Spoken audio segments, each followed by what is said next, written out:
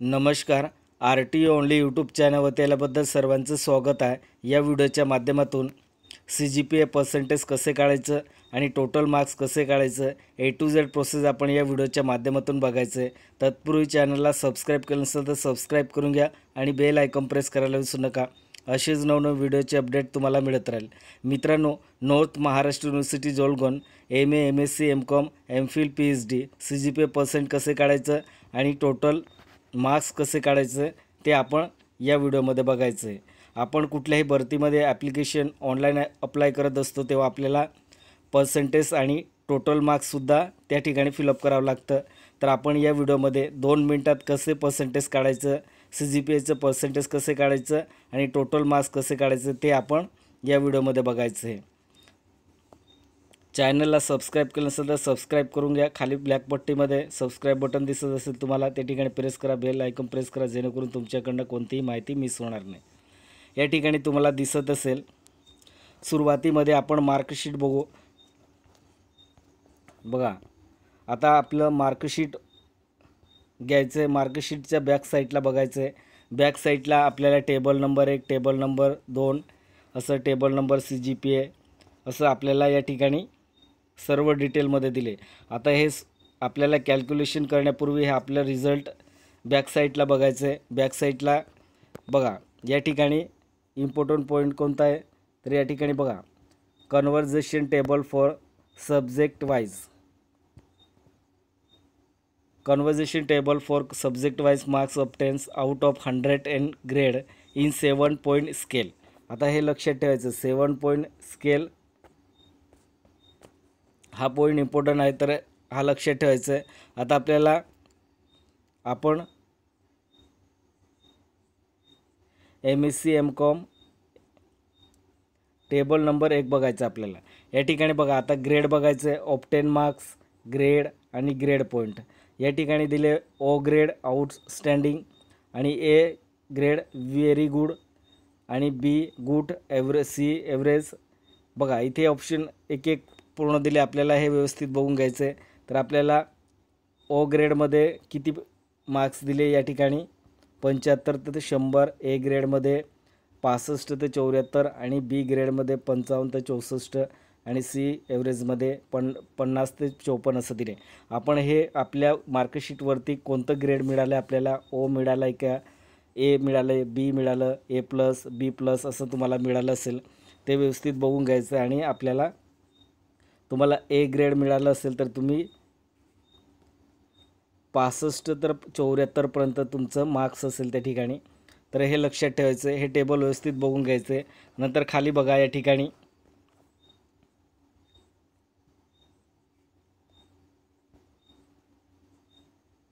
बघा, table for CGPA cumulative grade point average and final grade. आता हे final grade आहे. तर या ठिकाणी हे सुद्धा आपण ते टेबल नंबर 1 पाहिलं होतं तसंच आपल्याला या ठिकाणी पण दिसतंय. आता आपल्याला या ठिकाणी हे सर्व टेबल बघून घ्यायचं आहे. नंतर आपण कॅल्क्युलेशन करायचं. कॅल्क्युलेशन कसं करायचं ते आपण A to Z प्रोसेस बघणार आहे. तर आधी हे टेबल बघायचं आहे. टेबल बघून नंतर कॅल्क्युलेशन करायचं आहे. आता कॅल्क्युलेशन करण्यासाठी खाली the details of 7 point CGPA is available on the university website. तर बघा, तुम्ही 7 point CGPA available on university website. तुम्ही या वेबसाईटवरती जाऊन सुद्धा बघू शकता, www.nmu.ac.in. आता प्रत्येक युनिव्हर्सिटीमध्ये वेगवेगळं असतं CGPA. आता नॉर्थ महाराष्ट्र युनिव्हर्सिटीमध्ये CGPA काय दिले आणि ते आपल्याला पुढे बघायचं आहे. नेक्स्ट व्हिडिओमध्ये आपल्याला BA BSc BCom यांचं पर्सेंटेज कसे काढायचं CGPAमध्ये असेल आणि त्याचं पर्सेंटेज कसं काढायचं आणि टोटल मार्क्स कसे काढायचं ते नेक्स्ट व्हिडिओमध्ये बघणार आहे. आपण MA MSc MCom MPhil PhDचं बघतो आपण.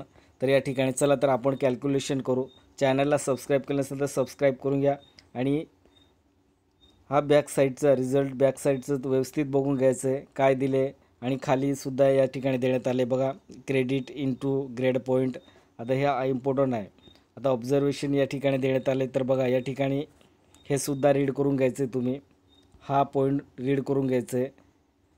बघा, grade CGP grade point CRX GP earn credit हे सर्व रीड करून घ्यायचं. चला तर आपण कॅल्क्युलेशन करू. बघा,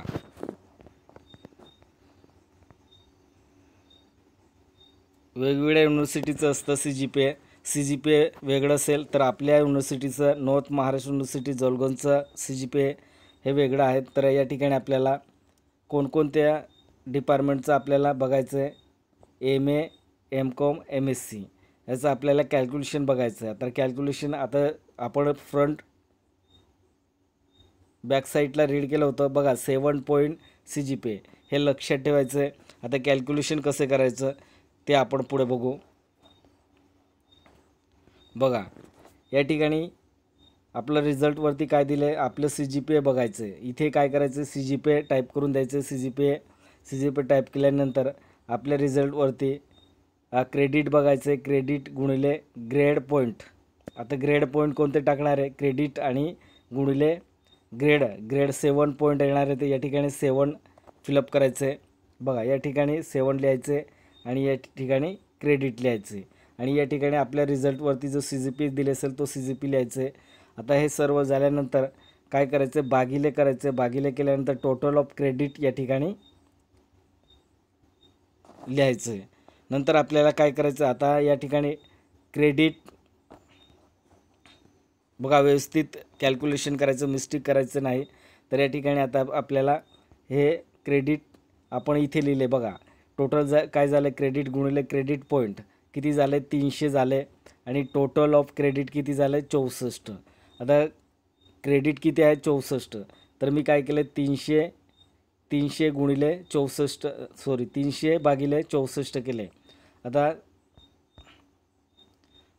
300 भागिले 64 भागिले करायचं. भागिले केल्यानंतर आपल्याला हे उत्तर येणार आहे 4.6875 हे उत्तर येणार आहे. तर या ठिकाणी 4.6875 आले उत्तर. आता आपल्याला पुढे काय करायचं आहे, आपलं CGPA रिझल्टवरती CGPA काय दिलं आहे तुमचं ते CGPA या ठिकाणी तुम्ही लिहायचं आहे. आता हे CGPA जसं आहे तसं लिहून द्यायचं आहे आणि CGPA लिहिल्यानंतर पर्सेंटेज मीन तुम्हाला समजायला पाहिजे म्हणून पर्सेंटेज लिहिले. तर तुम्ही या ठिकाणी बघा पर्सेंटेज, आता हे मी झूम केलं होतं तर मी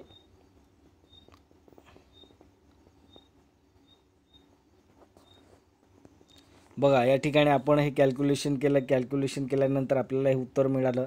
आता आपण आपल्या रिझल्टवरती CGPA आहे तो CGPA या ठिकाणी लिहिलं. आता CGPA लिहिल्यानंतर आपल्याला काय करायचं आहे, आपण जेव्हा ग्रेड बघत होतो B+, A+, C+, O grade, outstanding असं पाहिलं होतं आपण. त्या ठिकाणी आपल्याला आपण आपल्या रिझल्टवरती काय ग्रेड आलं त्या ग्रेडनुसार आपल्याला हा आकडा घ्यायचा आहे. 65 घेतले मी, 65. आता 65 घेतल्यानंतर या ठिकाणी काय केलं, प्लस केले. प्लस केल्यानंतर आपल्याला काय करायचं आहे, या ठिकाणी CGPA लिहून द्यायचं आहे. CGPA लिहिल्यानंतर आपल्याला मायनस द्यायचे. मायनस दिल्यानंतर आपल्याला 4.5.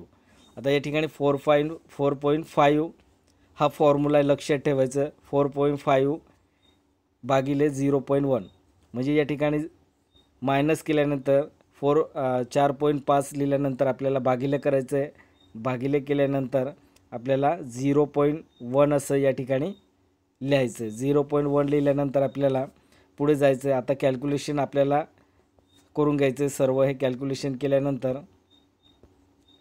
बघा हे कॅल्क्युलेशन करायचं. कॅल्क्युलेशन केल्यानंतर आपलं उत्तर काय येणार आहे, 0.19 उत्तर येणार आपलं, 0.19. आता या ठिकाणी जसं आहे तसं 65 आपल्याला या ठिकाणी लिहायचं. 65 प्लस 0.19 म्हणजे 0.19 आपल्याला उत्तर आलं होतं. ते आपण या ठिकाणी प्लस करून दिले. प्लस केल्यानंतर भागिले 0.1 आपल्याला या ठिकाणी लिहायचं आहे. 0.1 लिहिल्यानंतर आपल्याला कॅल्क्युलेशन करायचं आहे. कॅल्क्युलेशन केल्यानंतर आपल्याला उत्तर काय मिळालं, 1.9 उत्तर मिळालं आपल्याला. 1.9 उत्तर मिळालं. तर आपल्याला जसं आहे तसं 65 खाली लिहायचं आहे आणि प्लस करायचं. प्लस केल्यानंतर 1.9 असं तो या ठिकाणी प्लस करून द्यायचं आहे. प्लस केल्यानंतर बघा प्लस केल्यानंतर तुम्हाला या ठिकाणी पर्सेंटेज येणार आहे.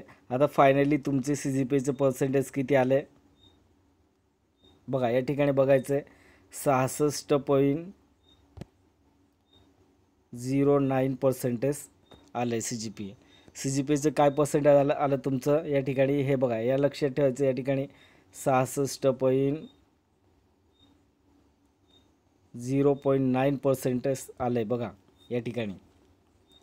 तर टक्के किती आले CGPAचे 4.69चं आपल्याला पर्सेंटेज काढायचं होतं. आता पर्सेंटेज 66.09% आले. तर आपल्याला आता काय करायचं आहे, टोटल मार्क्स काढायचे. आता पर्सेंटेज काढला आपण, पर्सेंटेज काढल्यानंतर आपल्याला टोटल मार्क्स काढायचे. या ठिकाणी टोटल मार्क्स कसे काढायचे तुम्हाला या ठिकाणी MA टोटल मार्क्स. आता जर तुमचं MA असेल, MSc असेल किंवा MCOM असेल किंवा MPhil असेल किंवा PhD असेल, तर तुमचे टोटल मार्क्स किती होते ते या ठिकाणी आपल्याला लिहायचं आहे. टोटल मार्क्स आता मी MAचं करून दाखवतो. तर 1600 आहे टोटल मार्क्स, 1600. नंतर आपल्याला ऑप्टेन मार्क्स आता हे पर्सेंटेज किती आलं होतं आपल्याला 66.9% आलं होतं. तर 66.9% या ठिकाणी आपल्याला लिहायचं आहे, भागिले 100 करून द्यायचे. बघा हे लक्षात ठेवायचं आहे. 66.9 भागिले 100 गुणिले 1600. समजते का? बघा काही समजत नसेल तर कमेंट बॉक्समध्ये मला SMS करा, मी तुम्हाला रिप्लाय देणार आहे. तर या ठिकाणी बघा 66.9 भागिले 100 गुणिले 1600 असं तुम्ही या ठिकाणी लिहायचं आहे. लिहिल्यानंतर आपल्याला ऑप्टेन टोटल मार्क्स काढायचे. आता या ठिकाणी सर्व कॅल्क्युलेशन करायचं आहे. 66.9 भागिले 100 गुणिले 1600 केल्यानंतर आपल्याला टोटल मार्क्स किती आहे आपले, 1600 पैकी किती मार्क्स आले आपल्याला, तर 1070 मार्क्स आपल्याला टोटल मार्क्स आले.